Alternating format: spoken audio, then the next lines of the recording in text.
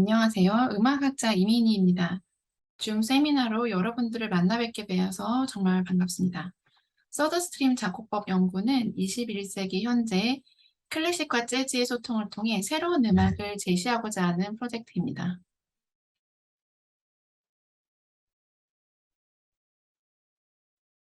줌 세미나로 여러분들을 만나 뵙게 되었는데요.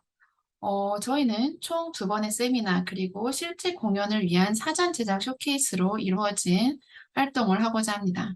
저희는 총 3명으로 구성되어 있으며 매 세미나마다 음악학자를 모시고 토론을 진행하며 이후 진행될 쇼케이스에서는 국내 정상급 재즈 뮤지션과의 공연이 예상되어 있습니다.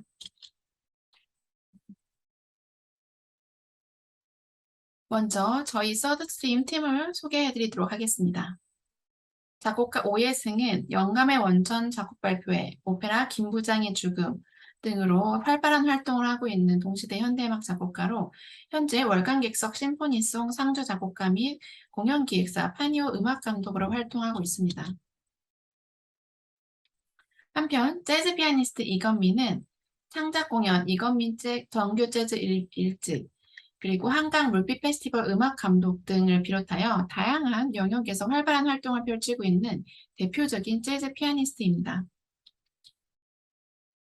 한편 저는 미니멀리즘 음악에 수렴하고도 발산하는 정의들에 대한 고찰로 를 비롯한 다양한 현대음악 관련 저수를 진행하고 있는 음악학자입니다. 현재 화음음악평론가 및 비평 웹진 멜로스로 활동하고 있습니다.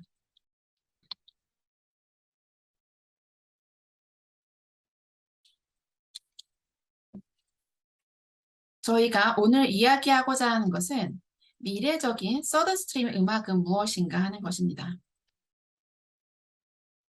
오늘 총 50분간 진행될 2차 세미나에서는 1960년대에 유행했던 서드스트림 문화를 21세기의 시각에서 새롭게 조망하고자 합니다. 즉, 최근 서로 다른 음악신과 양식 사이를 넘나들며 미학적 기술적 실험을 행하는 음악 현장 및 해당 작업을 진행하는 음악가를 논하고 이 경계 넘기의 가능성을 가늠해보는 시간을 갖고자 합니다. 그러면 오늘 진행될 세미나의 순서를 간략히 살펴보도록 하겠습니다. 첫째, 저희는 서드스트림 음악이란 무엇인가를 먼저 살펴보고 그 다음 최근 경계 넘기의 다양한 양상들을 살펴보도록 하겠습니다. 그리고 이런 양상들에 대한 4개의 케이스 스터디를 준비했습니다. 첫 번째는 조니 그린우드, 두 번째는 막스 리히터, 세 번째는 루이지 사카모토, 네 번째는 니코 뮬리입니다. 그리고 이와 같은 논의를 거쳐 현재 대한민국 현대음악 그리고 재즈계의 미래적인 서드스트림 위하여라는 주제로 저희가 했던 이 논의와 선행 연구들이 어떤 방향으로 실제 음악 안에서 대중을 만날 수 있을지에 대해서까지 이야기를 해보도록 하겠습니다. 그럼 첫 주제부터 시작해 보도록 하겠습니다. 서드스트림은 재즈와 클래식이 융합된 음악 장르라는 의미로 1957년 작곡가 균터 슐러가 브랜다이스 대학에서 한 강의에서 처음 제안된 개념입니다. 이어서 슐러는 1961년 서드스트림이 재즈와 클래식 음악의 중간에 위치한 새로운 장르의 음악이라고 정의를 하게 됩니다. 여기에서 슐러가 강조했던 것은 이것이 단순히 서드스트림 스타일의 재즈와 같은 형태는 아니라는 것입니다. 즉, 재즈의 영역에서도 클래식의 영역에서도 자신이 좋아하는 음악을 다른 음악을 가져와서 더럽히는 이런 서드스트림이라는 개념에 대한 엄청난 거부감이 일었고 특히 재즈 음악가들은 이러한 결합을 격렬하게 반대했습니다.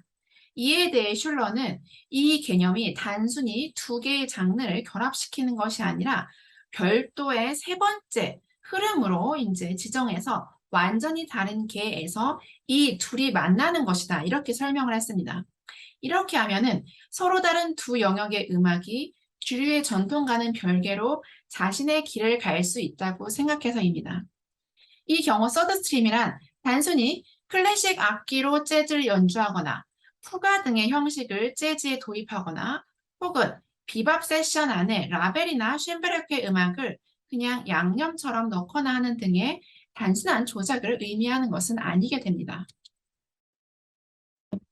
즉, 재즈의 영역에서도 클래식의 영역에서도 어떤 두 가지의 뭔가를 이렇게 짬뽕한다기보다는 보다 새로운 방식으로 새로운 영역에서 이 둘을 참신한 방법으로 새로운 모색을 하는 것을 서드스트림으로 정의를 했던 것입니다. 이렇게 일종의 유행으로서 시작했던 서드스트림은 이후 많은 뮤지션들의 반대에도 불구하고 수많은 음악가들이 이와 같은 작법으로 음악을 따르게 이릅니다. 그래서 우리가 보통 서드스트림 뮤지션 혹은 서드스트림 음반이라고 불리는 것들이 활발하게 대중을 만나게 되었습니다. 이를테면 슐러의 의견을 따르는 작곡가로 돈 앨리스, 에디 사우터, 윌리엄 루소, 안드레 호디얼, 라오 쉽킨, 헤어 마테레오 등 다양한 사람들을 꼽을 수 있고 아마 클래식 음악을 좋아하시는 분들에게는 프리드리 굴다 같은 이름이 익숙하실 것입니다. 이들의 음악은 어떠한 영역으로 딱히 분리해내기가 힘든 그리고 자신의 계에서 떨어져 나와 새로운 무언가를 추구하고 있는 음악으로 볼 수가 있습니다. 이외에도 매슈 쉽, 메릴린 크리스펠과 같은 재즈 뮤지션들 그리고 조금 결은 다르지만 재즈 색스폰 주자 존 등도 손꼽을 수 있습니다. 특히 존 같은 경우에는 고전 음악과 재즈를 넘나들며 수많은 음악 활동을 하던 사람입니다. 특히 이들 중 몇몇은 즉흥 연주와 형식을 갖추고 있는 작품 사이의 경계를 넘나들고 있습니다. 이들이 주로 사용하는 소재는 파편화된 12음으로서 특유의 리듬감과 선율적 감각으로 그들의 내면에서 소리를 엮어내 즉흥 연주를 행하는 것이 특성입니다. 이런 방식으로 구축된 새롭고 때로는 서늘한 음악들은 실제로 쇤베르크가 상상했던 모두가 즐기는 12음 음악이라는 것이 어떤 영역에서 마침내 실현되고 있는지를 명확하게 보여주는 것 같은 참신한 느낌을 선사합니다. 그럼 여기에서 저희 팀 이름, 물밖에 나온 물고기라는 이름에 대해서 한 번 더 생각해 보도록 하겠습니다. 물밖에 나온 물고기라는 이름은 미션 임파서블의 작곡가 랄로 쉬프린이 인터뷰에서 한 아이디어에서 가져온 것입니다. 랄로 쉬프린은 파리 콘서바토리에서 메시안과 현대음악을 공부하고 학교 밖에서는 피아졸라, 디길레스피 등과 연주하는 등 재즈 음악가 그리고 클래식 양쪽을 모두 좋아해서 양쪽의 모든 음악가들과 친분이 두터웠던 인물입니다. 하지만 각각의 영역에 속한 즉 재즈 뮤지션들에게 클래식 음악가들에게 재즈 음악을 서로의 음악계를 소개하면은 그들은 다들 좋아하지 않았다고 합니다. 그래서 랄로 시프리는 자신이 마치 물밖의 물고기처럼 어딘가에 속하지 못한다는 느낌을 받았다고 해상합니다.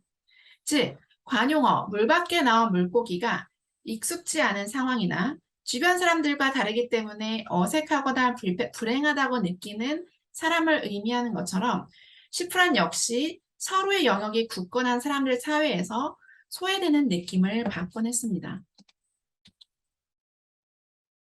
하지만 랄로 시프리는 자신의 이런 성향을 더 파고들어서 자신과 비슷한 생각을 가진 사람을 만나 친구가 되었으며 이런 끝에 프리드리 굴다와 군터 실러 등과 함께 음악 활동을 하게 됩니다.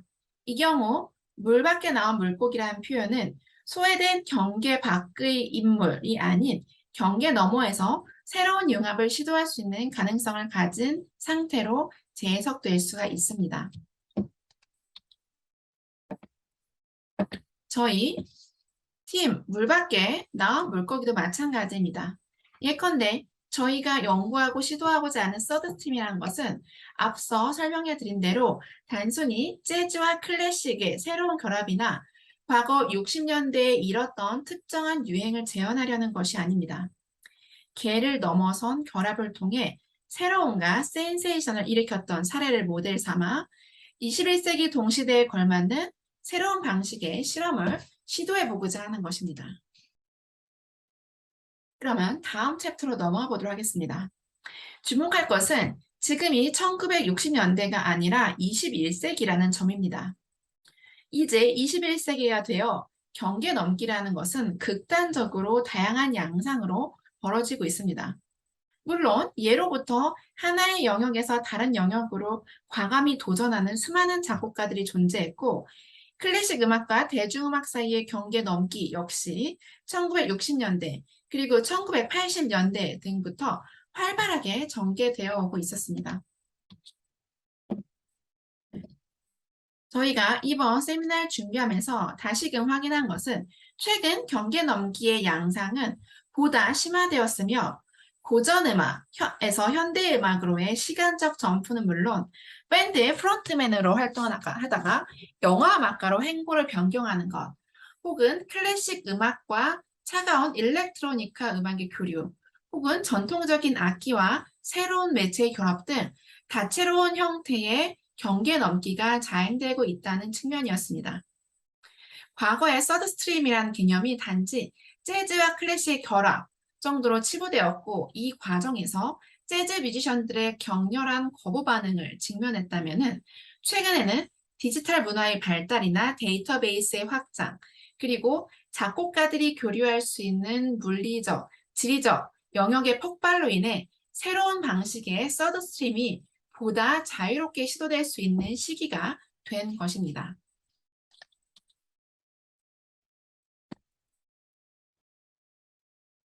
따라서 오늘 여러분께 소개시켜드리고자 하는 미래적인 서드스트림 음악이라는 것은 우리가 생각했던 재즈와 클래식의 결합을 넘어서 더 다양한 계의 결합을 보여줍니다.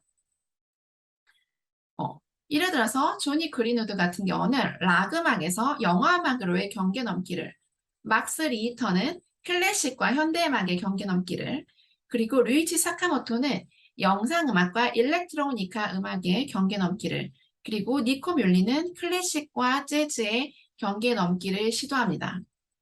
이들은 동시대에 디지털을 중심으로 한 환경 안에서 서로의 궤를 넘어가 활동을 하며, 이런 가운데 괄목할 만한 음악적 성과를 냈습니다. 각 분야에서 현재는 두각을 드러내고 있는 이 4명의 작곡가들의 행보를 그러면은 하나씩 자세히 살펴보도록 하겠습니다.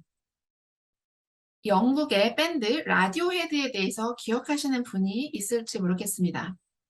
한 시대를 풍미하고도 여전히 정상에 서 있는 밴드 라디오헤드에서 수줍게 기타를 치던 가장 나이 어린 소년이 있었습니다.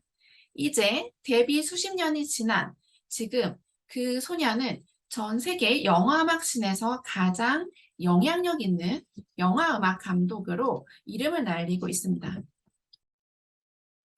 라디오헤드 시절의 조니는 소위 실로폰과 같은 독특하고 귀여운 악기로 라디오헤드의 대표적인 음악, 예를 들어서 No Surprise 등의 음악을 몽환적으로 만드는 작업을 하곤 했습니다.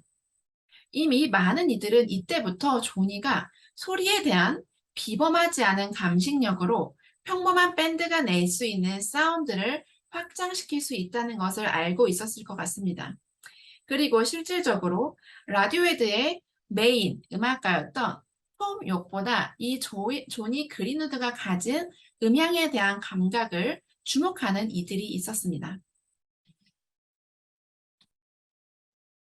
아마도 조니의 성장을 지켜본 이들은 그가 자라 어느 지점에 도달할지 늘 궁금해했을 터, 현재 조니는 가장 매혹적이고도 기괴한 영화를 만들어내는 폴 토마스 앤더슨 감독과 여러 편의 영화음악을 작업한 어엿한 영화음악계의 센세이션을 일으킨 젊은 음악 감독입니다. 조니와 함께 작업한 폴 토마스 앤더슨, 혹시 관심이 있는 분이 계신지 모르겠습니다. 폴 토마스 앤더슨의 영화는 굉장히 화려하고 초현실적이며 정신이 번쩍 드는 독특한 예술 세계를 보여줍니다. 앤더슨 감독과 조니는 2007년 There Will Be Blood라는 작업을 통해 처음 만났습니다. 그리고 2018년 오스카상 후보에 오른 팬텀 스레드를 비롯하여 다양한 음악을 함께하게 됩니다. 조니의 생애 첫 음악 작업이 2003년에 바디송이기에 그 이후에 2007년부터 시작되는 앤더슨 감독의 영향력은 조니에게 엄청나다고 할 수 있습니다. 조니의 경우 자신의 대중음악 혹은 얼터너티브적인 락적인 뿌리에서 벗어나 영화음악이라는 새로운 영역으로 돌입하였는데 이 경우 조니의 서스트림은 락과 영화음악이라는 영역으로 정리할 수 있을 것 같습니다. 그렇다면은 단순히 밴드의 기타리스트였던 조니가 영화음악의 영역으로 들어와서 어떤 일이 벌어졌고 어떤 영향을 미쳤을까요? 조니가 위치해 있는 서스트림이 어떤 면에서 독특하고 주목할 만한지 한번 살펴보도록 하겠습니다. 최근 헐리우드 영화음악의 일반적인 작업 방식은 소위 한스 지머 스타일입니다. 이것은 사운드 디자인에 특화된 외부 인력과 영화음악 감독 그리고 영화음악 스튜디오 전체가 긴밀하게 협업하면서 영화 전체에 완벽하게 밀착된 스코어를 만들어내는 것입니다.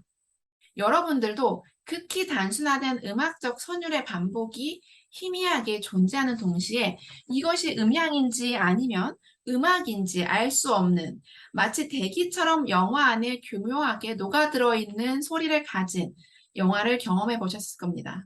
즉, 사운드 디자인과 음악, 음향 효과를 넘나드는 한스 짐머의 교묘하고 섬세한 작법은 영화 안에서 음악이 따로 독립되지 않은 상태로, 즉 영화 안에 음악이 완전히 녹아 들어가 있는 상태로 영화의 내러티브나 효과를 극대화하는 결과를 만들어냅니다. 그런 형태의 전형을 보여주는 것, 여러분 인터스텔라 보셨나요? 바로 영화 인터스텔라입니다. 이에 비해 조니의 음악은 영화 안에서 명확하게 인지 가능한 형태로 등장합니다. 특히 지금 이미지로 보이시는 팬텀 스레드라는 영화의 경우에는 화려하고 고혹적인 의상과 미술이 굉장히 주목을 받은 작품입니다. 이 작품 안에서 나타나는 미술과 의상 그리고 인물이 또렷하게 부각되는 것만큼 조니의 음악 또한 아름답고도 또렷하게 배치되어 있어 많은 이들의 사랑을 받고 있습니다.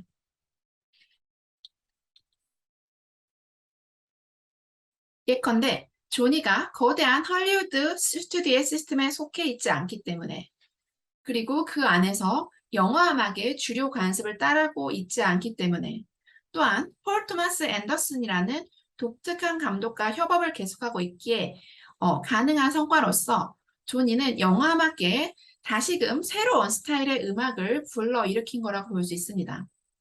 특히 조니가 라디오헤드 시절 초기부터 보여줬던 소리에 대한 감식력과 음악성이 새로운 신과 만나며 기존의 영화음악에 활력을 불어넣는 사례로 볼 수 있을 것입니다. 조니가 대표적으로 알려져 있는 영화음악 중 하나, 영화 팬텀 스레드의 OST 삽입음악을 그럼 잠시 들어보도록 하겠습니다.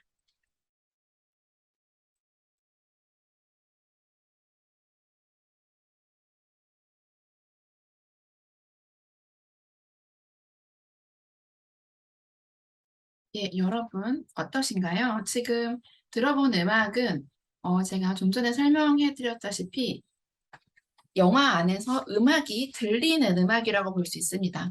지금까지 대형 헐리우드 영화를 많이 보게 되면은 주제곡이 뭐였지? 음악이 있었나 싶은 작품을 많이 마주칠 수 있는데 지금 조니의 작업은 지금 폴 토마스 앤더슨의 다양한 영화 안에서 이렇게 굉장히 뚜렷한 형태의 음악 스타일로 나타나고 있습니다. 물론 각각의 영화마다 음악의 장르를 굉장히 다르게 설정하는 것도 조니의 특성이긴 한데 그럼에도 불구하고 과감하게 어찌 보면 굉장히 복고풍의 느낌을 줄 수도 있는 오리지널 스코어를 만드는 것이 조니의 특징이라고 볼 수 있습니다. 그러면은 다음번 음악가로 한번 넘어가 보도록 하겠습니다. 막스 리터. 이름을 많이 들어본 분이 계실 텐데요. 막스 리터는 최근 가장 인기가 많은 현대음악 작곡가 중 하나입니다. 아마 아이패드나 아이폰을 쓰시는 분은 아이튠즈, 애플 뮤직 같은 것에 이제 첫 페이지를 클릭해 보면은 거기에 사실은 많이 소개되곤 했던 추천 음악 목록 리스트에 가장 먼저 떠오르는 작곡가가 바로 막스 리히터입니다. 막스 리히터는 고전과 현대, 그리고 클래식과 영화음악을 종횡무진하는 탐험가로 볼 수가 있는데요. 저희가 오늘 특히 이제 강조해 드릴 것은 고전 음악, 즉 과거의 음악과 현대 음악의 결합을 막스 리히터가 성공적으로 수행한 점입니다. 막스 리히터는 1966년 독일 북서부 하멜린에서 태어났습니다. 영국의 에딘버러 대학교와 왕립음악원에서 작곡을 배운 인물입니다. 이 과정에서 우리에게 익숙한 아방가르드 작곡가, 이탈리아의 베리오를 사사하는 등 일반적인 클래식 작곡 학도들과 유사한 길을 걸었습니다. 하지만 리히터의 본격적인 음악가로서의 첫 행보는 6대의 피아노로 구성된 극히 독특한 앙상블, 피아노 서커스에서 연주를 하며 시작됩니다. 이 앙상블은 아주 처음에는 미국의 작곡가 스티브 라이히의 작품을 연주하기 위하여 처음 만들어졌는데 이후 막스 리히터는 이 앙상블을 위한 후속 작업을 계속하게 된 것이죠. 결과적으로 리히터의 이러한 독특한 앙상블 활동은 새로운 영역의 음악가들과 함께 경계를 넘는 것의 일종이 되었고 이것이 그의 성향 중 한 특성을 일깨우게 한 것으로 보입니다. 이후에도 리히터는 전자음악 그룹인 퓨처 사운드 오브 런던과 함께 작업을 했으며 싱어송라이터인 바스티 버니언 등의 제작자로 일하기도 합니다. 이런 과정을 거쳐 리히터의 음악은 클래식뿐 아니라 팝, 전자음악, 미니멀 음악 등의 요소가 풍부하게 배합된 상태로 발전을 하게 됩니다. 우선 리히터라는 작곡가가 이렇게 대중적인 인기를 얻게 된 요인을 소개해드릴 필요가 있을 것 같습니다. 리히터의 대중적 인기는 그가 2004년에 발매했던 음반 블루 노트북의 두 번째 트랙 햇빛의 자연 속에서가 영화 스트레인지 댄 픽션에 삽입되면서부터입니다. 이 음악은 사실 개인 음반에 실린 영화를 위한 음악이 아니었죠. 근데 이후 셔터 아일랜더 및 디스커넥트를 비롯하여 수년에 걸쳐 무려 16개의 영화와 텔레비전 음악에 쓰이게 되면서 리히터를 순식간에 영화음악 작곡가로 대중에게 각인시킵니다. 다만 오늘 소개해드릴 리히터의 서브스트림적인 경향은 이처럼 하나의 곡으로 단숨에 영화음악으로 성큼 건너가버린 모습은 아닙니다. 리히터가 새롭게 구축한 새로운 영역은 과거의 클래식 음악과 현대 음악의 결합입니다. 2012년 발매한 음반 사계 리콤포즈더는 바로크 음악가 비발디의 바이올린 협주곡 사계를 재해석한 작품입니다.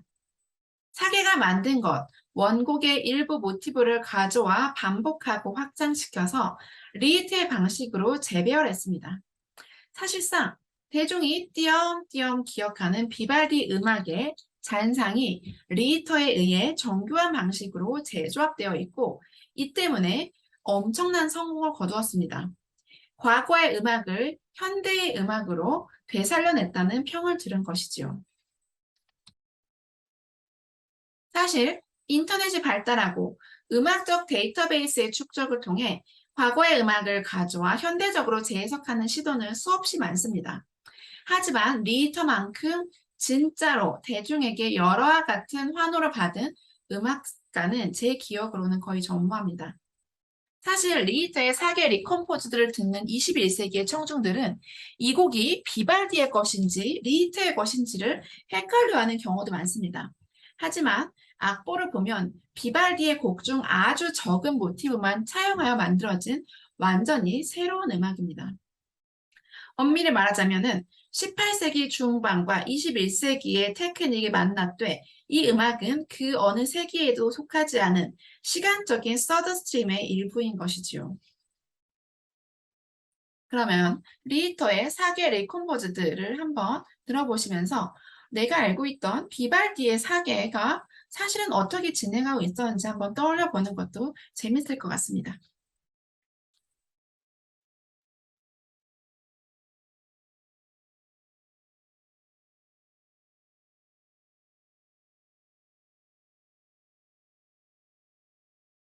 네, 여러분 어떻게 들으셨나요?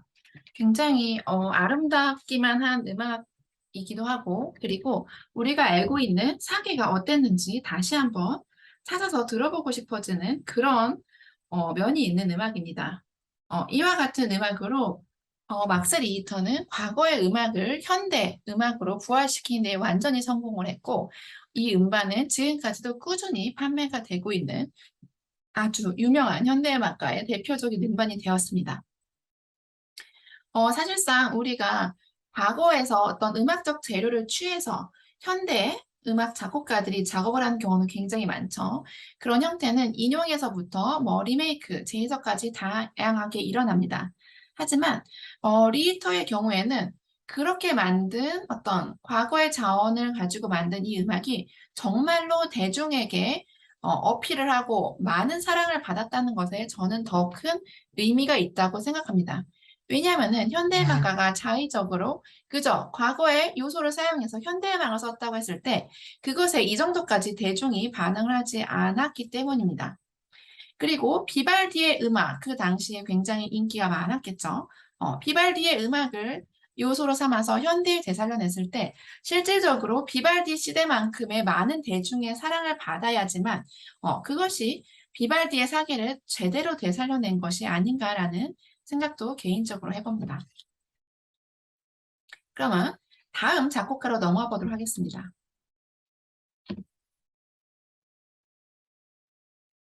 루이치 사카모토. 사실은 차갑고도 아름다운 전자음악의 작곡가. 오시마 나기사 감독의 1983년 작품 전자의 크리스마스가 무슨 내용이었는지 기억하지 못하는 이들이 대부분이지만 이 영화의 OST였던 루이치 사카모토의 메인 테마를 흥얼거릴 수 있는 사람은 수없이 많습니다. 그만큼 많은 사랑을 받은 사카모토의 영화 음악은 동양적인 음계에 독특한 전자 사운드가 결합된 것으로 기억이 됩니다. 이후 사카모토는 마지막 황제, 보아토 등 굵직한 영화 음악의 작곡가로 활동하며 일본을 대표하는 음악가로 자리 잡았지요. 여기 오늘 세미나를 듣고 계시는 분들 중에서도 사카모토의 음악을 좋아하시는 분이 분명 계실 거라고 생각합니다.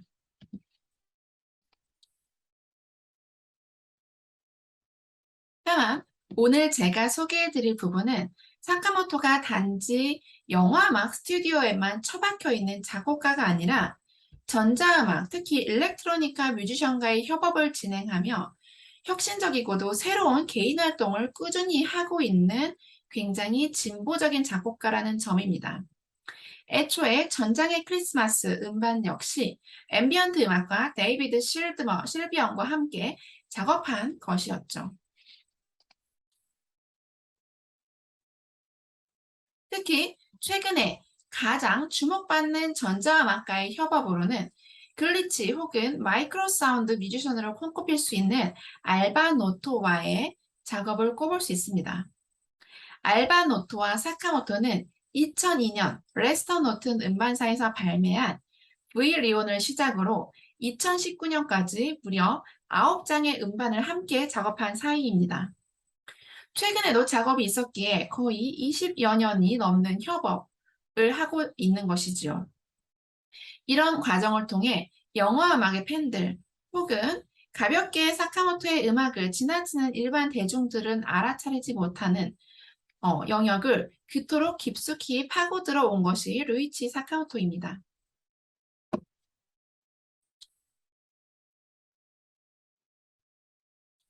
알바 노토와 진행하는 사카모토의 작업들은 정적이고 차가우며 짧게 지속되는 전자적 소음을 독특한 형태로 조합한 것 같은 느낌을 줍니다.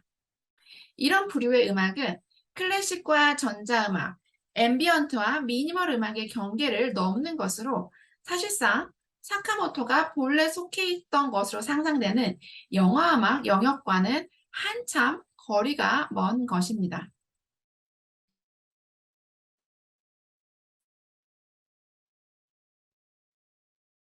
주목할 것은 이렇게 만들어내는 사카모토의 음악들이 굉장히 정적인 풍경을 상상하게 하고 아름답고 매혹적이라는 점입니다.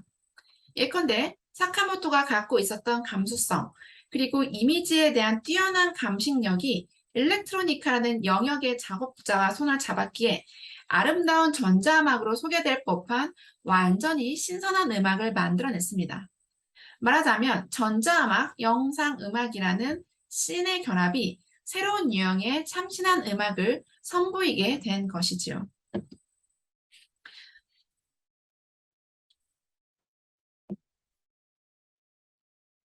그럼 이 둘의 협업 음반의 가장 초기작으로 손꼽히는 작업 중 하나인 브리리운을 한번 들어보도록 하겠습니다. 우리가 상상하는 루이치 사카모토는 굉장히 귀엽고 아름다운 영화음악을 쓰는 작곡가인데, 그리고 최근 국내에서도 사카모토 관련 이런저런 기사들이 많이 뜨고 있죠. 그런 가운데 그가 실질적으로 굉장히 오랜 시간 공들여서 작업을 하고 있는 완전히 순수한 전자음악의 세계를 한번 같이 들어보도록 하겠습니다. 그리고 이런 영역의 음악이 사카모토와 같은 사람이 경기를 넘어와서 만들어냈기에 더 새로워진 측면이 무엇일지 한번 같이 음악을 들으며 고민해 보도록 하겠습니다.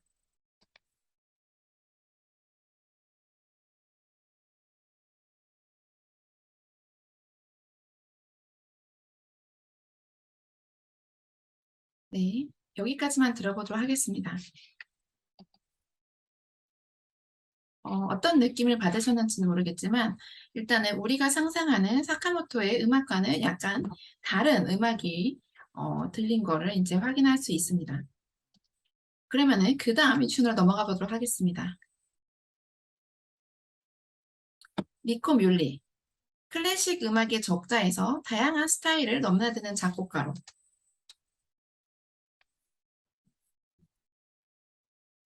니코 뮬리는 미국의 동부 버몬트주에서 태어난 인물로 줄리어드 대학교에서 존 코리글리아노와 크리스토퍼 라우스에게 작곡을 배운 미국 클래식의 정통파입니다.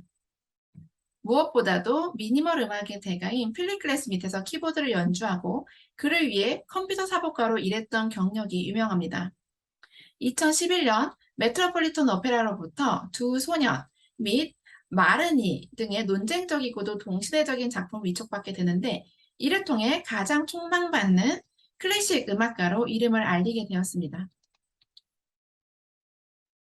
뮬리의 폭넓은 음악적 스펙트럼은 그를 일반적인 콘서트홀뿐만 아니라 영화음악이나 대중음악 씬에도 등장시켰는데 이런 그의 활동 중 가장 눈에 띄는 작업 중 하나는 스티븐 달드리 감독의 2009년 영화 더 리더, 책 읽어주는 남자의 영화음악입니다.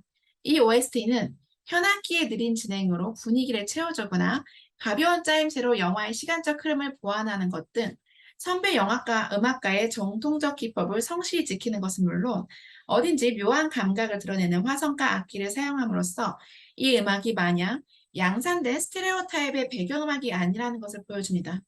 예컨대 뮬리의 음악이 있었기에 더 리더의 세련적이고도 동시대적인 분위기가 입체적으로 되살아납니다.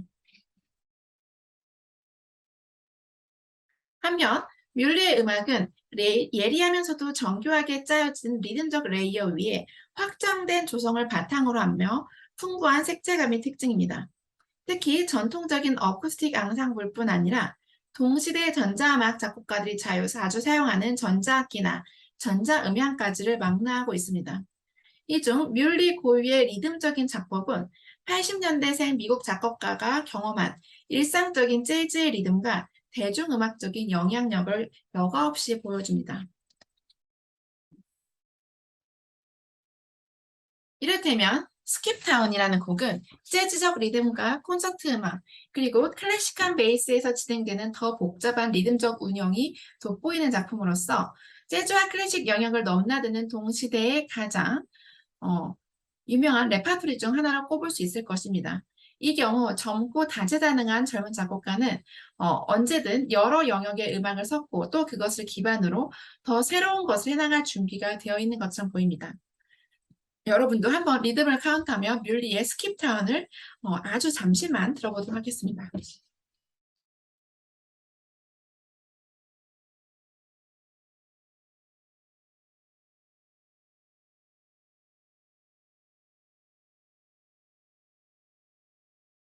그러면은 몇몇 음악가들에 대한 소개를 마쳤는데요. 이제까지 살펴본 다양한 예들은 21세기의 음악 환경 안에서 각기 새로운 영역을 개척하고 있는 참신한 시도들입니다. 이것들이 단순히 재즈와 클래식의 단순한 결합과 같은 유행은 아닐지라도 명백하게 경계를 넘나들고 있으며 그 경계는 시간이나 장르를 망라합니다. 그렇다면 대한민국에서 이와 같은 서드스트림 음악, 즉 미래적인 서드스트림 음악은 어떻게 가능할까요?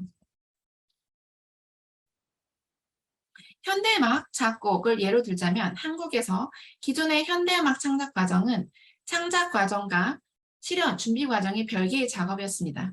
대개는 연주자들을 만나기 전 모든 구상은 작곡가에 의해 악보로 구체화되었고 이를 실현해주기 위한 목적으로 연주자를 만나고 몇 번의 리허설을 거치고 연주를 하게 되는 것입니다. 이런 방식은 기존의 전문적인 연주가라면 수십 수백 번을 경험했던 곡을 연주할 때는 문제가 전혀 없겠으나 창작곡을 발표하게 될 때에는 되게 서로 만족스럽지 못한 연주로 남게 되는 경우가 허다합니다. 그리고 이것은 궁극적으로는 대개 현대음악 창작의 재현이 잘 이루어지지 않고 초연으로 끝나버리는 상황으로도 이어집니다. 이러한 현대음악 자체의 창작 및 초연 방식에 대한 대안 혹은 타겟점이 아마도 서드스트림이라는 키워드를 통해 무언가 돌파구를 찾을 수 있지 않을까요? 그리고 이러한 서드스트림이라는 구호 아래 진행될 저희 프로젝트가 단지 창작자의 개인적인 취향을 반영한다기보다는 결과적으로 완성도 있는 작품과 연주로 이어져 대중의 호응을 기대하게 될 수 있지 않을까요? 물론 서드스트림이라는 구호를 달고 시도하고자 하는 융합이란 앞서 슐러도 언급했던 단지 오케스트라의 가벼운 반주에 맞춰 재즈, 앙상블이 연주한 식의 수박 겉핥기식의 결합을 의미하지 않습니다. 각각의 분야에서 장점을 살릴 수 있는 부분을 음악 자체에 녹이고 이것을 잘 이해하고 기술적으로 연주할 수 있는 연주자들을 만나고 서로 개선할 수 있는 부분을 개선하여 최선의 결과를 낼 수 있도록 단계별 논의가 꼭 필요하다고 생각합니다. 창작자와 실현자 모두 관련 작품들에 대한 경험과 이해가 필요하며 창작자는 작품의 구성에 앞서 장르 특성에 따른 기악법과 기보법 등에 대한 연구가 필요합니다.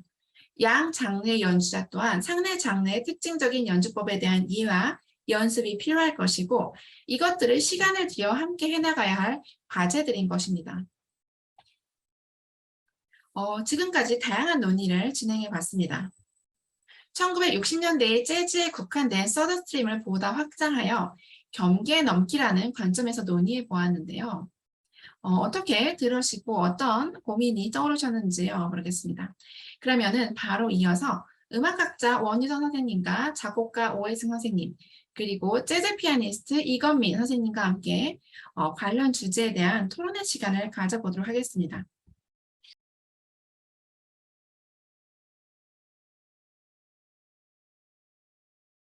원유선 선생님은 이화여대 작곡가와 철학과 학사를 졸업하시고 서울대학교 음악대학에서 석사 및 박사를 졸업하셨습니다. 현대음악에 대한 다양한 연구를 진행하고 계시며 주요 논문으로는 들리는 음악에서 들리지 않는 음악으로 디지털 테크놀로지와 개념음악에 대한 소구 등이 있습니다. 현재 서울대, 이화여대, 경희대, 제주대, 광주교대 강사로 활동 중이십니다. 그러면은 화면 공유를 빼고 우리 다 함께 한번 이야기를 나누는 시간을 가져보도록 하겠습니다.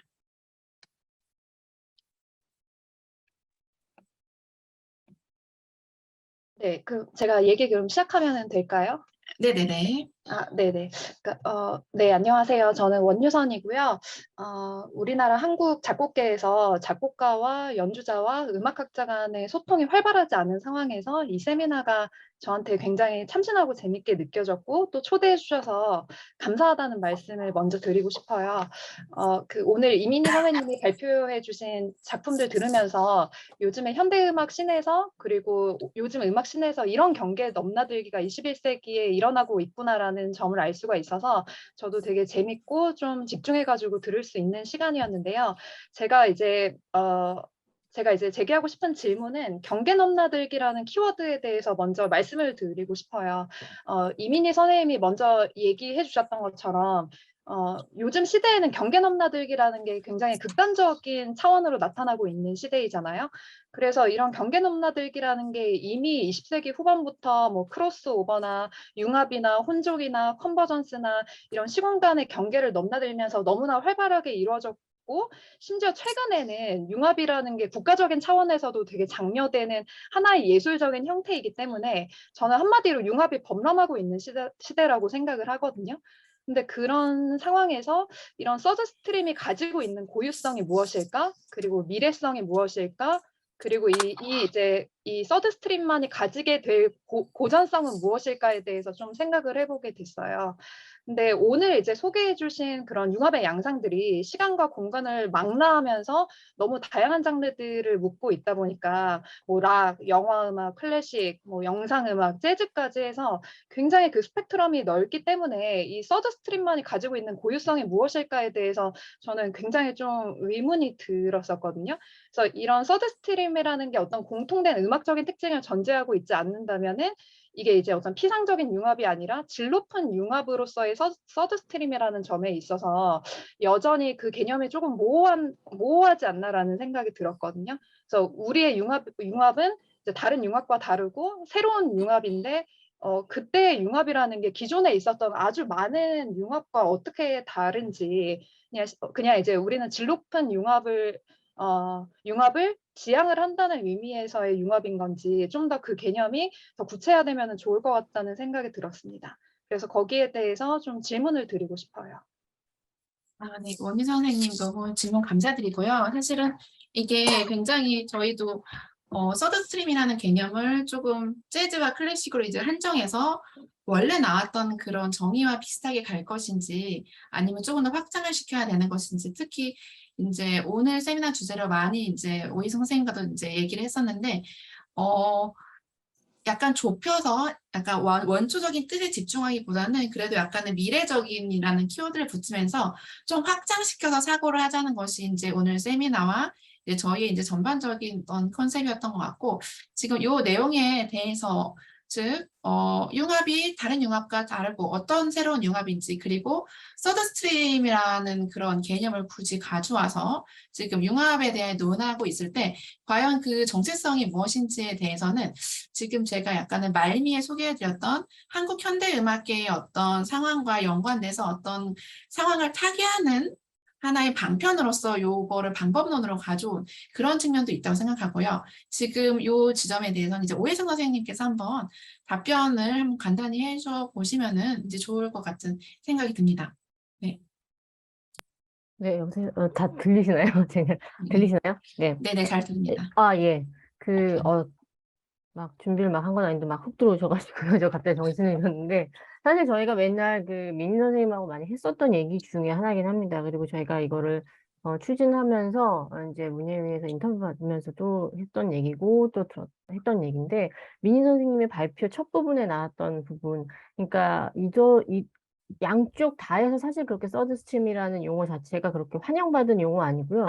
저희도 사실 계속 원희 선생님이 서드 스트림이라는 용어를 굉장히 지금 많이 사용하셨는데, 사실 저희가 그거를 제목에 쓸까 말까도 엄청 생각을 했었어요. 왜냐면 그 말 자체가 뭔가 되게 한정을 지으려는 어떤 그런 개념이 될 수 있기 때문에, 근데 그거를 쓴 이유는 그나마 가장 그냥 일반적으로 우리가 뭔가를 융합하고 싶어요. 특히 약간 지금 하고 있는 이 프로젝트에 있어서는 재즈를 하시는 분이 좀 들어오십니다라는 걸 그나마 좀 쉽게 드릴 수 있을 것 같아서 그 이름을 가져온 거고요. 사실 개념적인 의미에서는 그 한정적인 의미에서는 저는 벗어나고 싶었습니다. 그리고 한편으로는 그 융합 얘기 많이 하셨는데, 맞아요. 융합 국가적인 의미에서 많이 했고요. 저도 그런 걸 많이 하고 있는 사람이라고 많이 얘기를 듣는데, 솔직히 제가 하면서 계속 느꼈던 거는, 지금 아까 그 민희 선생님의 그 발표 저도 이제 들으면서 공부하는 기분은 들었는데 그런 부분이 좀 있었죠. 뭐 그냥 단순히 어떤 음료 음악을 뭐 비밥에 넣는다든가 그런 어떤 좀 되게 쉬운 방법의 어떤 융합 그런 것들을 많이 좀 해왔었고 생각을 많이 했었고 사실은 저도 안일하게 그런 생각을 하긴 했었습니다. 많이 했었는데 그 이후에 계속 무슨 생각을 하냐면 아직 저희가 이거를 이제 아주 세상에 없는 새로운 걸 내놓겠어요. 이런 생각으로 한 건 아닙니다. 근데 그 세상에 없는 걸 제가 해내는 게 아니고요. 세상에 없는 것 중에서도 정말 요만큼의 일부분이라도 제가 아주 개인적인 예술은 어차피 사적인 거니까요. 사적인 부분에서 할 수 있는 것을 요만큼만이라도 뭔가 다른 걸 요만큼이라도 더 해 놓으면 또 다른 작업들은 다른 분들이 하시겠지라는 생각으로 그냥 '제가 할 수 있는 거를 하자.'라고 생각해서 좀 연구를 해 보려고 연구를 하고 결과를 한번 내 보자라는 건데요. 제가 좀 생각을 하고 있는 거는 지금까지의 그런 융합이나 이런 것들은 결국은 어떤 사람의 머릿속에서 아니면 저 같은 작곡가 같은 사람이 뭔가를 계획을 해서 그걸 악보화하거나 글로 쓰거나 해서 "이렇게 이렇게 설계도를 짰습니다. 이거를 많은 사람들이 들어와서 이렇게 해 주세요."라고 불러드리는 것 같은 거였다고 생각한다면 근데 그렇게 했을 때요. 저는 어떤 천재가 있을 수는 있어요. 네 그냥 제가 아까 계속 말씀드렸지만 제가 할 수 있는 건 제가 할 수 있는 제 개인적인 영역에서 벗어나지 않기 때문에 저라는 사람은 천재는 아니기 때문에 보면 제가 관심이 여러 가지 있고 그걸 경계를 열어 놓고 경계를 이렇게 한다고 해도 항상 뭔가의 할 수 있는 각자의 최고치를 이렇게 융합한다기보다는 그보다는 훨씬 아래에서 뭔가 좀 애매한 상태에서의 그런 정도의 접합 정도밖에 그렇게 결과가 나올 수밖에 없다는 생각이 가끔 들어요. 뭐 다른 분들은 모르겠고 저로서는 그렇다는 생각이 들었어요. 그리고 제가 관심을 가지고 있는 게 음악뿐만이 아니라 다른 부분도 있으면 결국은 정말로 어떤 경계를 전 사실은 저번 세미나에서도 말씀드렸는데 경계라는 것 자체를 그냥 없다고 생각하는 사람이거든요. 뭐 어떤 장르다 뭐 경계다. 우리가 어차피 저 같은 경우도 음악을 정말 전공으로 하기 시작한 거는 고등학교 2-3 학년 때인데요. 그러면 그전에 들었던 어떤 음악적인 건 아무것도 없는 게 아니라 계속 좋아하는 사람한테 쌓여 있었던 건데 그거를 기반으로 해서 음악을 하는 건데 뭐 그전에 것은 아무것도 아니고 이게 아니고 그냥 그 자체가 다 가지고 있는 건데 그럼 그 사람 안에서 경계를 이제 나는 클래식을 하기로 했기 때문에 경계를 지을 수는 없잖아요. 지금 저 같은 정도의 나이 때는 다 그렇다고 생각을 어느 정도는 하거든요. 아닌 분들도 계시겠지만. 그냥 그거 자체가 어떤 그냥 음악이지 뭐 경계가 있다라는 생각이 일단은 안 하고요. 거기에서 또 다른 장르들이랑 이렇게 만날 때 아까도 계속 말씀드렸지만 그렇게 해서 만날 때 개인이 할 수 있는 그 어떤 중간 정도의 레벨에서 만나는 것보다 각자가 할 수 있는 그 영역에서 가장 순수한 부분, 지켜야 할 부분, 고유의 영역을 지키면서 합할 수 있는 부분이 뭐지? 라는 걸 생각하고 싶었어요. 그래서 아직 그걸 저희가 뭐 답을 찾았다라고 말씀드릴 수 없는데요. 그래서 만약에 즉흥 연주라든지 이런 게 저희 음악에 들어온다. 그게 거의 대부분이 된다라고 해도 그럼 그게 보통 설계를 짜는 것 같은 클래식 하는 사람과 그런 즉흥 연주 위주로 하시는 분들이 만났을 때 어떻게 하면 고유의 영역을 뭐 더 나쁘게 만들거나 해치거나 그러지 않고 오히려 더 순수하게 남겨두면서도 그거보다 한층 더 좋은 예술을 만들 수 있는가? 그거를 그냥 하면서 연구를 해 보자라는 정도의 지금 생각으로 하고 있다고 생각하시면 됩니다. 이거 결과물을 내는 건 아니고요. 뭐 그런 생각을 그냥 던지는 거에 저는 의미를 좀 뒀다고 생각을 하고 있습니다. 이 오혜정 선생님 말씀 너무 감사드리고요. 제가 지금 요거 세미나랑 인제 여기 이광민 쌤이랑 오혜정 쌤이랑 인제 많이 얘기하면서 지금 또 인제 약간 깨닫게 된 게 있는데 이게 사실은 여러 가지 결합부터 시작해 가지고 뭐 재즈 안에 무슨 뭐 12음렬 섞고 이런 게 정말 사례가 많잖아요. 근데 저희가 인제 하고 있는 요 개념을 약간 제가 약간은 요게 이제 독특하다라고 말할 수 있다면은 아까 맨 처음에 제가 보여드렸던 그 어항 밖에 나와서 인제 팔딱거리는 그 물고기의 이미지 있죠. 그거가 굉장히 상징적인 것 같습니다. 오히려 서드 스트림이라는 개념보다 물 밖에 나온 물고기라는 개념이 더 명확하게 다가오는 것 같은데 기존의 클래식 작곡가의 입장에서 무슨 재즈의 기법을 넣어서 곡을 쓰는 게 아니라 아예 곡을 쓰는 과정과 그 방식 자체를 재즈 뮤지션들과 협업을 해서 어느 정도까지 기보를 해야 될지 그리고 즉흥 연주의 영역을 어느 정도 줘야 될지 그리고 그 곡이 완성되는 프로세스 그리고 곡의 완성 지점을 어디로 잡아야 될지부터가 완전히 다른 방식으로 지금 작업이 진행이 되고 있고 이런 과정에서 어떤 재즈 혹은 클래식이라는 우산 안에 들어가서 다른 요소를 가져온다기보다는 이 우산 밖에 나와서 즉 그런 어떤 나의 계에서 완전히 나온 상태에서 누군가를 만나는 것에서 약간 더 뭐랄까요? 약간 혁신적이고 좀 기존의 굉장히 그냥 뭐 장르나 스타일을 섞는 것과는 약간 다른 좀 장기간의 프로젝트로 저희의 어떤 작업이 진행되는 게 아닌가 하는 생각이 듭니다. 그리고 인제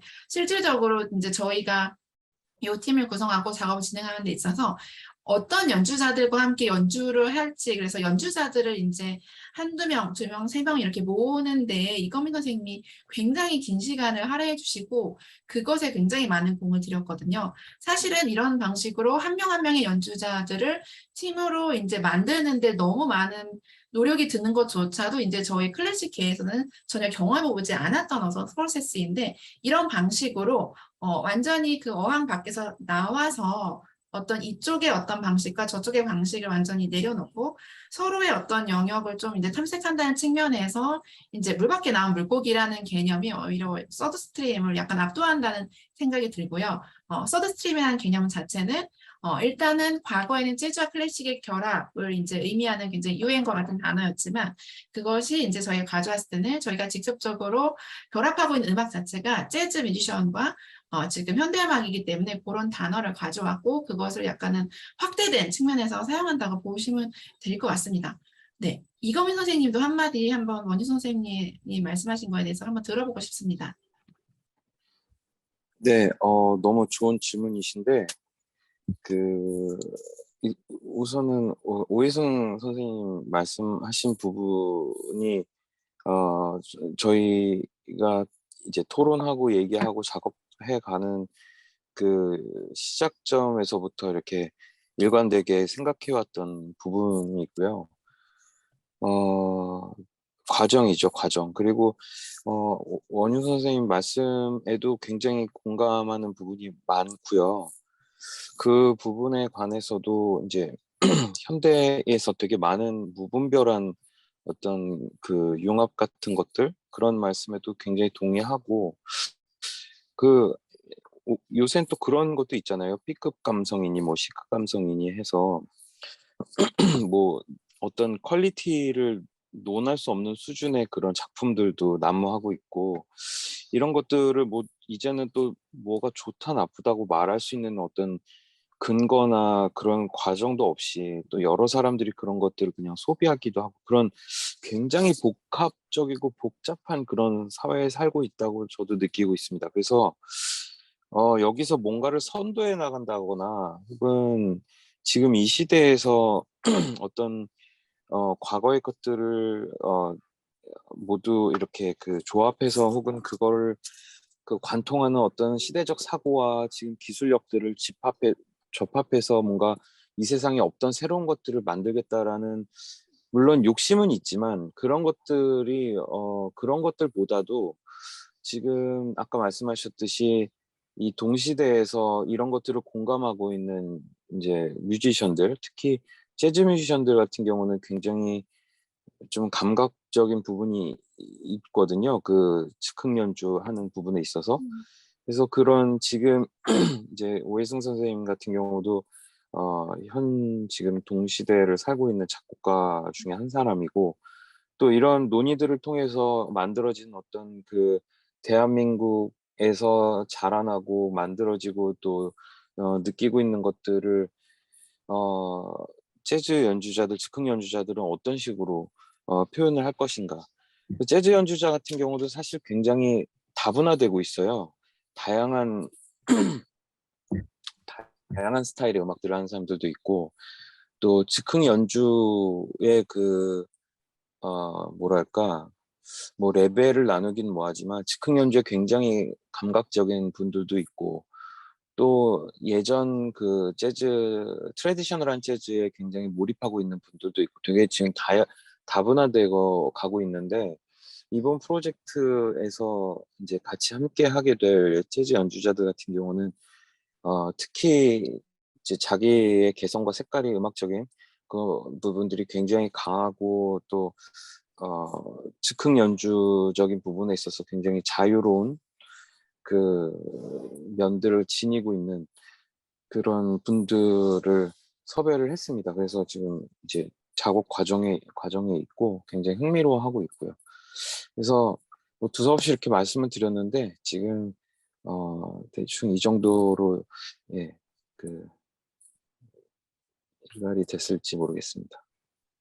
네, 선생님 너무 답변 감사드립니다. 지금 굉장히 저도 이 프로젝트에 참여하게 되면서 너무 흥미로운 그 일들을 같이 하게 돼서 너무 있고요. 지금 뭐 융합, 뭐 서스트레인, 뭐 물밖에 나물고의 다양한 개념들을 지금 많이 하고 있는데 결과적으로는 저희가 정말 다른 계에 있는 사람들이 모여서 정말 좋은 음악을 한번 만들어 보고자 하는 그런 시도로 이제 뭐 간략하게 뭐 정리할 수도 있을 것 같다는 생각도 듭니다. 그래서 한 명 한 명 연주자를 세팅하는 과정에서부터 그 스코어 작업 같은 것도 굉장히 공을 들이고 있는 실정입니다. 지금 말씀 너무 감사드리고요. 지금 뭐 연주 선생님께서 이제 융합에 대해서 이제 몇 개 말씀해 주셨는데 저희 지금 플로어에서 지금 그 약간은 흥미 있는 분이 지금 채팅으로 이제 질문을 잠깐 해주셨는데 성공적인 융합 사례로 생각하는 곡이나 뭐 최근 사례가 있는지 조금 더 알고 싶어 하는 것 같습니다. 혹시 하나 정도씩 추천해 주실 만한 그 뮤지션이나 음반들이 있으신지요? 오해진 선생님이나 이거민 선생님. 또 약간 레퍼런스 같은 느낌으로 생각하시는 것 같은데요. 네. 제가 감히 네. 뭐가 성공적인지는 모르겠는데요. 네네. 말씀드려도 될까요? 네네. 그냥 개인적으로 좋아하고 관심을 가졌던 거는 아무래도 존 아담스의 시티 누아르 같은 작품이거나 아니면 가브리엘 프로코피에프 같은 사람들이 이제 DJ 박스랑 같이 한 것들인데요. 그것도 이미 또 시간이 지났습니다. 그래서 또 이제 앞으로 어떻게 될지는 잘 모르겠는데 그런 곡들에 관심을 가지기 시작하면서 이런 프로젝트에 관심을 또 가져졌다라고 생각은 합니다. 네, 선생님. 너무 또 좋은 작품을 소개시켜 주시고, 이거민 선생님께서도 혹시, 이런 거는 조금 참신하다라고 했던 그런 프로젝트나 사례가 혹시 최근에 있으신지요?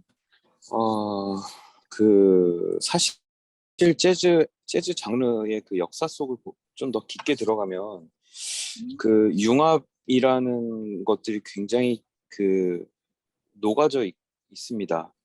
그 시대적인 분류로 재즈를 분류할 수도 있고 뭐 장르적인 분류로도 할 수 있는데 재즈 뮤지션들은 기본적으로 그런 그 혁신에 대한 갈망이랄까 그런 혁신적인 것들을 해야 된다라는 그 중압감을 항상 가지고 음악을 하고 있는데요.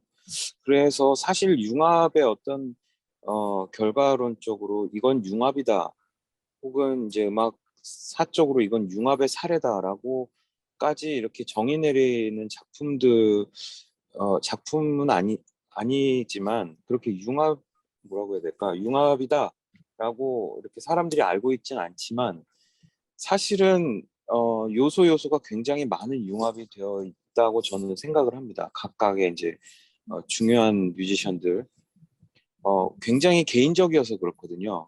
재즈 음악 같은 경우는 굉장히 개인적이어서 그렇긴 한데 제가 개인적으로는 그 BJ 아이어라는 미국의 피아니스트가 있습니다. 근데 그 BJ 아이어 같은 사람이 많지는 않은데 그분도 이제 인도계 미국 사람인데 그 피아니스트의 음악을 보면은 인도의 수학적인 그 개념들 그런 것들이 화성학적인 것들하고 이제 맞물리고 또 재즈적인 어법과 그런 포맷을 가지고 음악을 만들어 나가는데 사실 그런 시도들이 굉장히 많은데 BJI 같은 경우는 이제 또 제 개인적으로는 굉장히 참신했던 그런 뮤지션이고 뭐 너무 많습니다. 사실 그 재즈 뮤지션들은 재즈를 더 깊이 들어갈수록 특히 현대 재즈로 올수록 굉장히 많은 융합들이 아주 자연스럽고 다양하게 일어나고 있기 때문에 일단은 뭐 그 궁금하신 부분에 대한 개인적으로 뭐 VJ 아이어라는 피아니스트를 한번 추천해드리겠습니다. 예, 너무 감사드립니다. 그래서 선생님들께서 너무 좋은 레퍼런스와 좋은 말씀 해주셨고요. 특히 재즈라는 역사 자체가 어떤 대융합과 그런 것이 굉장히 자유자재로 일어난다는 것을 다시 한번 생각해 볼 수 있었던 것 같습니다. 네, 지금 뭐 원희 선생님께서 이제 말씀해 주셔가지고 이제 좀 진행이 됐는데 혹시 지금 답변해 주신 거 말씀 듣고 원희 선생님께서 다시 한번 조금 더 이제 코멘트나 하실 말씀 있으신지 선생님. 네, 그 새 선생님들께서 되게 진솔하게 말씀을 해주셔가지고 이 프로젝트의 위도에 대해서 좀 더 공감을 할 수가 있었고요. 근데 이제 우리가 서드 스트림 작곡법이잖아요. 근데 제가 봤을 때 이 프로젝트를 봤을 때는 뭔가 새로운 음악을 기존에 없었던 진짜 새로운 음악을 창조하겠다. 그러니까 뭐 뭔가 새로운 사조를 뭐 미니멀리즘처럼 만들겠다. 그런 컨셉으로 생각을 했었는데 이제 발표를 들으면은 들을수록 이게 어떤 작곡 사조를 만들어내는 게 아니라 동시에 새로운 작곡 방식을 만들어내는 거구나로 저의 이해가 조금씩 이제 바뀌어가고 있을 쯤에 이제 발표가 끝났거든요. 그래서 이제 제가 궁금했던 거는 뭐냐면은 그러면은 이제 아까 이민희 선생님이 설명해준 뭐 그린우드, 리히터, 사카모토, 뮬리에 대한 그 작품의 특징들을 설명을 해주셨잖아요. 그러면은 그 작품의 특징들에 대한 설명보다 더 이제 중요한 게 얼마나 그 두 개의 서로 다른 분야가 어떤 식으로 융합을 했는지 그 현장적인 측면들, 방법론들, 그러니까 이 결과물이 아니라 그 과정에 초점을 맞춰야지 오히려 더 생산적인 작업이 가능하지 않을까라는 생각을 하게 됐거든요. 그러니까 예를 들면은 사카모토 같은 경우에도 사카모토가 과연 이제 실현자와 어떤 노력을 기울였나, 어떤 그런 과정 자체에 초점을 맞추는 것도 좀 훨씬 도움이 되지 않을까라는 그런 생각이 들었어서 이제 이 결과물 말고 과정에 있어서 이제 조사를 하시고 연구를 하실 때 뭐 좀 인사이트 있게 다가왔던 그런 작업 방식들이 있었는지 궁금하고요. 그리고 두 번째는 아주 간략한 질문인데 이제 막 프로젝트를 시작을 했지만은 이제 프로젝트가 어떤 식으로 지금 진행이 되고 있는지가 좀 궁금해서 혹시 이제 만나서 이제 얘기를 하셨다면은 만나는 중에 얘기를 하는 중에 겪었던 어려움이 있었다면은 뭐 어떤 게 있었는지 또 이런 식의 또 작업도 가능하겠다 하면서 새로운 가능성을 찾았다면 그런 게 어떤 게 있었는지도 한번 여쭤보고 싶어요. 네. 원희 선생님 너무 좋은 질문 감사드리고요. 지금 말씀해 주신 것처럼 사실은 제가 이제 4가지 음악의 케이스를 보여드리고 이제 결과론적으로 이런 음악이 멋진 음악이 나왔다라고 말씀드렸어요. 그런데 그런 상태에서 이제 너무 이제 가볍게 이제 접근하게 되면은 단순히 기법을 섞었나? 약간 이런 식의 어떤 가벼운 차원의 어떤 융합으로만 이제 생각이 될 수 있는데 지금 말씀하신 것처럼 정확하게 지금 뭔가 개를 넘나드는 어떤 작업이라는 거는 저도 이제 요거를 좀 이제 여러 가지를 찾아보니까 사실상 완전히 다른 성향을 가지는 작업자들 그리고 작업 스타일 그리고 작업의 뭐 데드라인이나 방식 그리고 뭐 사용하는 기기도 다른 어떤 사람들이 모여서 이제 협업을 해야 되는 거기 때문에 사실 실질적으로 그 과정 자체에 대한 탐색이 더 중요한 것은 물론 맞습니다. 그렇지만 이제 오늘은 이제 시간 관계상 그것까지는 제가 많이 소개를 해드리지 못했고요. 그리고 뭐 사실은 개가 다르면은 음악을 발표하는 장소나 그 음악회장에서 어떤 관객을 불러 모을지부터 모든 면이 다 달라지는 측면이 있더라고요. 그래서 사실상 그 어떤 방식으로 지금 융합을 했는지 뭐 맨 처음에 곡을 만들어서 쟤한테 넘겨주면 다시 가지고 이런 과정을 했는지 아니면 나는 작업을 다 끝내고 그다음 후속 작업을 맡겼는지 이런 거에 대한 보다 이제 섬세한 접근이 필요한 것 같습니다. 다만 이제 그게 뭐 오페라계와 현대음악, 뭐 영화음악과 영상음악, 일렉트로니카와 무슨 뭐 이렇게 영화음악 굉장히 다양한 영역을 제가 소개했기 때문에 각각의 영역에서 그게 시도가 되는 방법론이 전부 다 다를 수밖에 없어서 그거를 이제 너무 다 소개하기엔 좀 무리가 있고 이제 저희가 이제 하는 거는 어쨌든 오해성 선생님을 중심으로는 현대음악 그리고 이거민 선생님을 중심으로 재즈라는 게 있는데 요 과정에서 어떤 작업 과정에서 나온 방법론이나 어떤 충돌 같은 거는 그 지금 두 번째 질문해 주신 거 있죠. 프로젝트를 시작을 했고 어떤 식으로 진행이 되고 있었고 실질적으로 어떤 어려움들이 있었는지 그거에 대한 답변이 지금 첫 번째 질문하신 거에 대한 어떤 디테일한 어떤 현장 사례로 이제 정리가 될 수 있을 것 같습니다. 그러면은 저는 이제 첫 번째 질문에 대한 어떤 간략한 어떤 이야기를 했다고 이제 믿고 오희선 선생님 그리고 이거민 선생님께 지금 어쨌든 다른 영역의 어떤 사람들이 만나서 지금 작업을 하는 건데 실질적으로 이런 프로젝트 중에 어떤 어려움이 어떤 거였는지 뭐 혹은 어떤 의외의 상황 어떤 게 달랐는지를 뭐 간단히 말씀해 주시면 좋을 것 같습니다. 요혜정 선생님부터 한번 들어보도록 하겠습니다. 근데 뭐 의외의 상황이라기보다는요, 제가 모르는 영역에 조금 더 그냥 가까이 가서 좀 더 가까이 관찰을 해야지라는 생각으로 했고요. 그래서 저희 프로젝트 자체에 지금 리허설 날짜를 좀 이렇게 잡았는데 그거 자체가 아마도 재즈 뮤지션들과 모이면 그게 어떤 작품을 발전시키는 그런 시간이 될 거라는 생각에 그 메이킹 영상을 좀 만들려고 하고 있어요. 그게 아무래도 가장 좀 차이점이 될 것 같아요. 왜냐면 제가 완전히 쓴 다음에 그 다음에 그냥 그걸 악보를 재현하는 리허설이 아니기 때문에요. 그럼 그래서 저는 기본적으로 이걸 하면서 어려움을 지금 많이 겪었다라기보다는 그냥 새로운 경험들을 하고 있다. 이걸 날 즐겨야겠다라는 생각을 하고 있고요. 오히려 처음 생각했을 때보다 더 계획이 어떻게 보면 좀 더 없었는 데보다 계획이 좀 더 이렇게 오픈이 더 되고 있어요. 아, 어디까지 이렇게 하고 이걸 어떻게 조율을 할 수 있을까? 나중에 이게 어떤 방향으로 갈까? 이게 아예 놨다는 게 아니라요. 이게 정말 좀 다른 세계구나. 아까 말씀한 것처럼 연주자들을 고르는 그런 것부터가, 아, 이게 우리하고는 굉장히 달랐던 부분인데, 그거까지 이제 이해를 하고, 그 다음엔 또 어떤 걸 할 수 있을까? 이런 생각을 하면서 오히려 좀 약간 오히려 즐거운 흥분을 가지고 하고 있어요. 그래서 이 만들어 나가는 과정? 그거가 지금 아직도 진행 중인 건데요. 제가 말하자면 아주 씨앗이 될 것 같은 헤드 같은 건 조금 썼긴 했는데, 이게 어떻게 변해갈까? 아직은 좀 미지수에 있거든요. 그리고 그거 아까 말씀하신 것처럼 그렇게 해서 토스를 했다가 다시 와서 제가 다시 재작업을 뭔가를 할지 그대로 어떻게 보여줄지 이것도 사실은 조금은 열려 있어요. 아직도. 그런데 그 부분 자체가 저희 하는 이 프로세스의 그냥 과정 그리고 그거에 그냥 의미를 둔다고 저는 생각을 하고 있습니다. 네, 선생님 좋은 말씀 감사드립니다. 그럼 이건민 선생님께서도 한번 요 실질적으로 지금 좀 진행이 몇 개월 그래도 되고 있었는데 어떤 느낌인지 한번 간략하게 말씀해 주시면 감사하겠습니다. 네, 일반적인 그런 작업 방식하고 좀 다른 점이 있냐라고 하는 질문에 대해서 말씀드린다면, 예를 들어 이제 클래식 같은 경우 곡을 쓰면은 연주자들이 이제 연주를 하죠. 그리고 재즈 같은 경우도 예를 들어 뭐 오버 더 레인보우라는 곡을 가지고 연주한다 그러면 그 곡을 소화를 하고 뭐 즉흥 연주도 하고 뭐 이렇게 음악이 끝나는 과정인데, 지금 이 프로젝트 같은 경우는 제가 작업 단계 초반부터 제일 고민을 했던 게 뭐냐면 이 어느 대충의 어떤 사운드를 만들 것이다라는 것들을 누가 어떻게 연주를 하면 그런 사운드가 재현될지에 대한 생각을 되게 많이 했어요.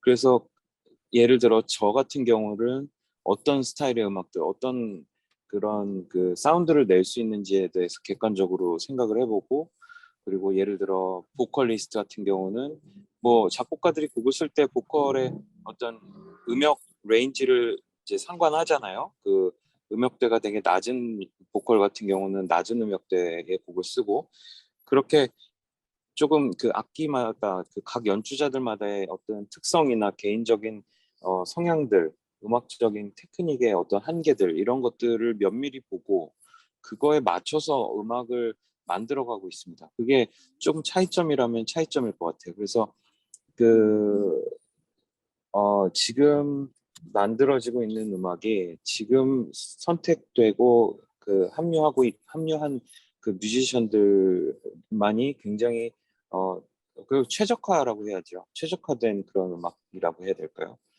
그런 좀 디테일, 그냥 그 악보 만들어서 연주자가 연주하는 그런 그, 일방적이고 단편적인 그런 방식이라기보다는 조금 더 그 곡 만들어가는 단계에서부터 그 연주자의 성향이나 그런 테크닉의 한계랄까 그런 것들까지 면밀히 보고 곡을 쓰고요. 그것들을 이제 연주자들이 소화해 나가면서 더 시너지를 낼 수 있는 것들을 지금 보려고 하고 있고요. 예, 그렇게 완성도를 지금 높여가려고 하고 있습니다. 네, 선생님 말씀 감사드립니다. 지금 너무 좋은 이야기들이 많이 나오고 있고 계속 이제 저희가 이제 진행할 쇼케이스가 있는데 그거에 대한 기대감이 점점 저는 커지고 있습니다. 이미 이제 저희가 포스터를 뿌렸었는데 이미 계속해서 이제 그 쇼케이스 신청 메일이 계속 저한테 들어오고 있거든요. 그래서 지금 여기에 계시는 다양한 이제 참가자분들도 그때 쇼케이스에 직접 오셔서 지금 오혜승 선생님과 이건미 선생님께서 말씀하시는 그 내용이 어떤 결과물로 완성되고 있는지를 확인을 해보시는 것도 굉장히 즐거운 시간이 될 것 같습니다. 지금 저희가 준비한 그 토론 시간이 지금 30분 정도였는데 지금 다들 말씀 너무 잘해주셔가지고 지금 대략 이제 시간이 다 된 것 같아가지고 이외에 뭐 더 궁금한 점이나 이런 거는 후속으로 뭐 메일이나 이제 개인적으로 이제 더 이야기를 더 진행하도록 하고 네, 여기까지 일단은 얘기를 하고 뭐 한마디 더 하고 싶으신 분이 있으시면 팔로워나 어떤 다른 분들 말씀해 주시고 그렇지 않으면은 일단은 오늘 세미나는 이렇게 뭔가 다양한 사례들을 한번 살펴보고 그리고 실질적으로 우리가 이제 작업 과정에서 어떤 것이 어떤 과정을 겪고 있는지도 이제 잠깐 얘기를 해보는 걸로 잘 이야기가 연결된 것 같습니다. 여기까지 우리 한번 이야기를 하고 다음에 또 이제 우리 쇼케이스에서 만나 뵙도록 하면 너무 좋을 것 같습니다. 네, 여기까지 괜찮으신가요, 우리? 네. 네, 그러면은 선생님들 오늘 모두 너무 수고하셨고, 다음에 이제 쇼케이스 일정과 함께 또 찾아뵙도록 하겠습니다. 오늘 너무 감사드립니다.